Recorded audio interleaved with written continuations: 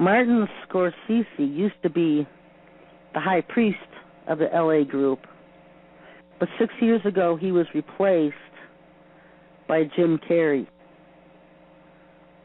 And, I was just so shocked when I heard that Jim Carrey was involved with the whole thing.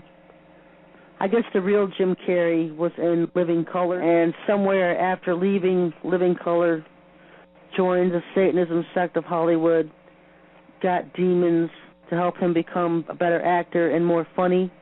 And so now when you see him acting out his comedian roles, you're seeing the demons that he has work through him. Jim Carrey's daughter is joining American Idol show. I didn't even know he had a daughter. And she wasn't that fantastic of a singer, I guess. But you know what? When the whole season starts with American Idol, like, they're going to say no. Okay, everybody knows who Jim Carrey is. He's the high priest of L.A. His daughter wants on American Idol. She's getting on American Idol. I would have died laughing if one of them had said no. That would have shown kahunas. So wasn't shocked to find out the number 2 guy behind Jim Carrey in Hollywood is Robert Shapiro, O.J. Simpson, one of his top attorneys. He's the number 2 guy in Hollywood. And also that Al Gore spends a lot of time with the satanic groups in Hollywood because he wants attention. He wants media attention. Whenever he comes out with something stupid like global warming or something totally false and made up and imaginable, he'll get all the media attention he wants for it because he rubs shoulders and eats poop with all these people in Hollywood. So I asked, what group does he go to? Chicago or Texas or D.C.? And I was told he goes out to L.A. I was shocked. And so, there's big groups everywhere. The Satanists have groups in every city. If you're in New York, you're going to answer to George Soros. He's the high priest in New York. Who's the puppet master? George Soros. So, George, Glenn Beck has been on this kick that you are actually the mastermind who is trying to bring down the American government. Of the satanic cult there. It's George Soros who's replaced David Rockefeller because David Rockefeller is getting too ill. So now you have George Soros, who's the high priest of New York City. If you go to Chicago, you're going to answer to Penny Pritzker. If you go to San Francisco, you're going to answer to Nancy Pelosi. If you go to Texas, you're going to answer to John Paul DeJoria. And so, in L.A., it's Jim Carrey. When you're in a group, you have someone you answer to. John Paul DeJoria in Texas, everybody will know who he is when I mention this. He's the one behind Paul Mitchell Hair Products. In fact, he was a business partner with, I don't know if it was Paul Mitchell direct or that him and his business partner created Paul Mitchell Products. But he killed his partner when he realized how wealthy he could get over these products. And so he's behind all the Paul Mitchell hair salon products. He's also behind the Patron Ultra Tequila, some kind of tequila alcohol that's out. And so he's made billions off of hair products and tequila. And he is the high priestess of Texas. What's interesting about Texas is that Joel Osteen was just nominated, I guess promoted to be the spirit counselor for the Houston area. And I've told you all these religious people are Satanists, folks, and it's Paul White and Joel Osteen both are spirit counselors for their areas, for their area groups. And they're the ones that are in charge of recruiting and keeping tabs on people inside the group. They help run the group's day-to-day operations. They talk to spirits about what people inside the group are doing. If you're in a satanic group or brotherhood or whatever part, they keep tabs on you 24/7. There are demons who watch you. And if you're not doing something that would please Satan, they report you to people that are in your occultic group. And so, Joel Osteen would be the one that these demons go to and say, hey, this woman over here, she's not doing enough dirty, evil deeds. And then Joel could report that to the high priest or priestess, and that woman would be in trouble. I mean, you're not free in these things. You're very tightly controlled and watched. And like I said, everybody has a ministry. So this is Joel Osteen's ministry for Satan, being a spirit counselor within the occultic group.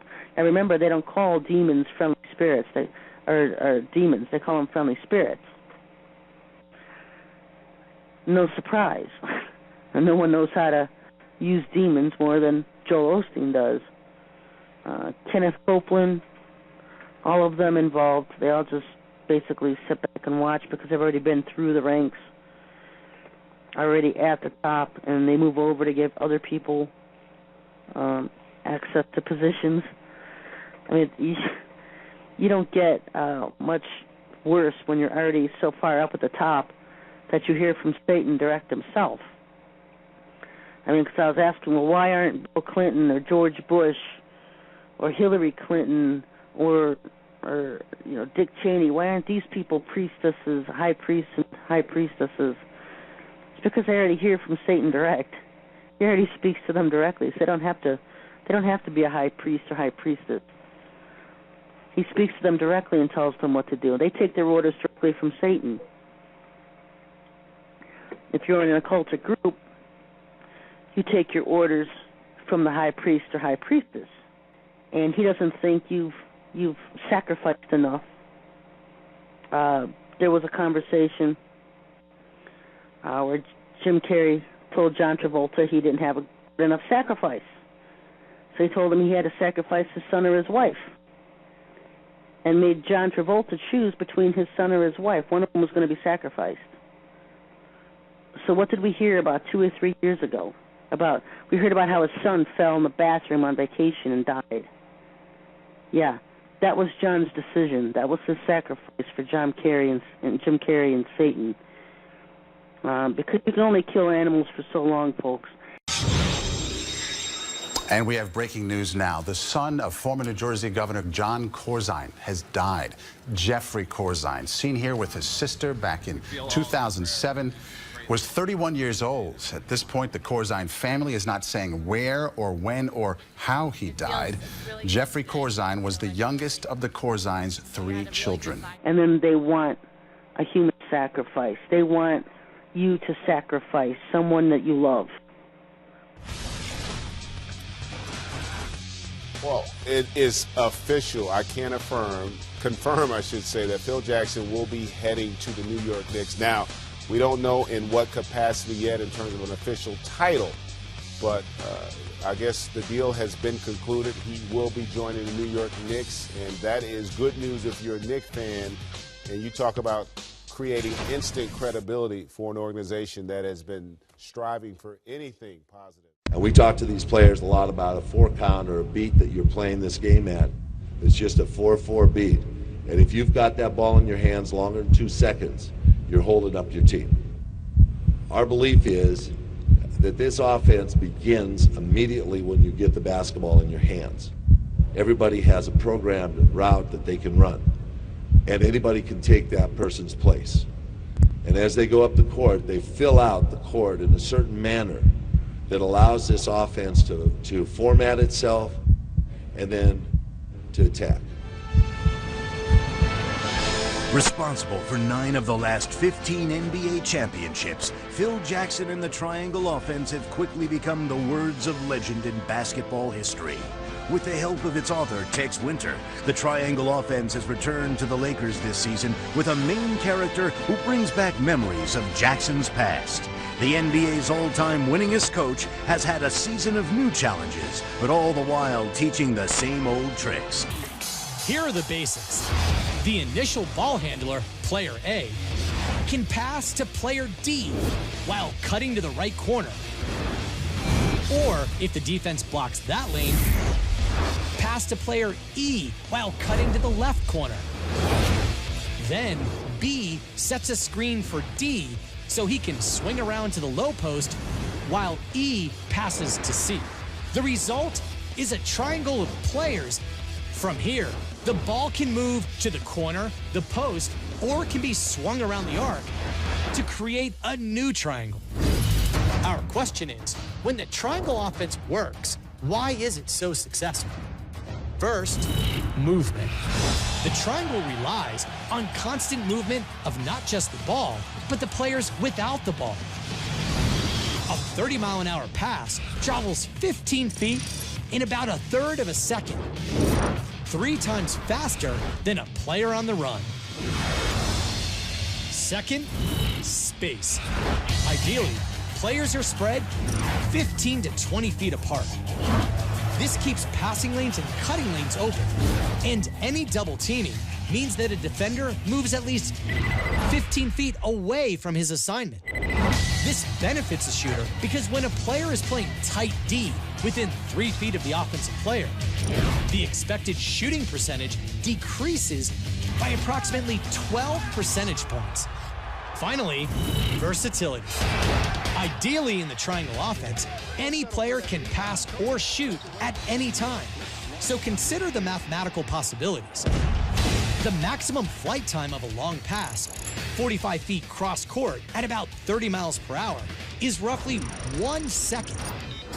The fastest a player can catch a pass and get a shot off is 22 hundredths of a second, as recorded by Jason Capono in the Sports Science Lab. Now, factoring in those variables, when all cylinders are firing in the triangle offense, in theory, over the course of 5 seconds, there are at least 340 different shot opportunities. There are 2 sides to most arguments about the success of the triangle. Is it the system or the players? On the one hand, Phil Jackson's system has won 11 of the last 20 NBA championships. On the other, his teams featured players like Michael Jordan and Kobe Bryant. For ESPN Sports Science, I'm John Brinkins. Kuda to the top now. Weakside wings with a step midway. The postman, which is our forward, is going to send a back kick on our center. Hit him going to the basket on the back cut. Everybody got that? Might seem like he's speaking Greek. No. So a lot of them speak that way too. We tried to train the triangle has totally different terminology than any of the other offenses out there that are running in the game. And try to get the guys to be trained to listen to and get used to that terminology. You talk about still learning the system. The triangle has that reputation. From your estimation, how tough is it? Being able to counter and knowing the right counter to make when, someone goes to a spot that, I wasn't ready for. But like comparatively in a vacuum compared to other systems? Oh, there's no comparison. It's very difficult. Very difficult. I told someone this morning this is the most thinking I've had to do about playing on the offensive end. I kind of feel like a robot at sometimes because I really don't want to do something wrong. So a robot at sometimes because I really don't want to do something wrong. So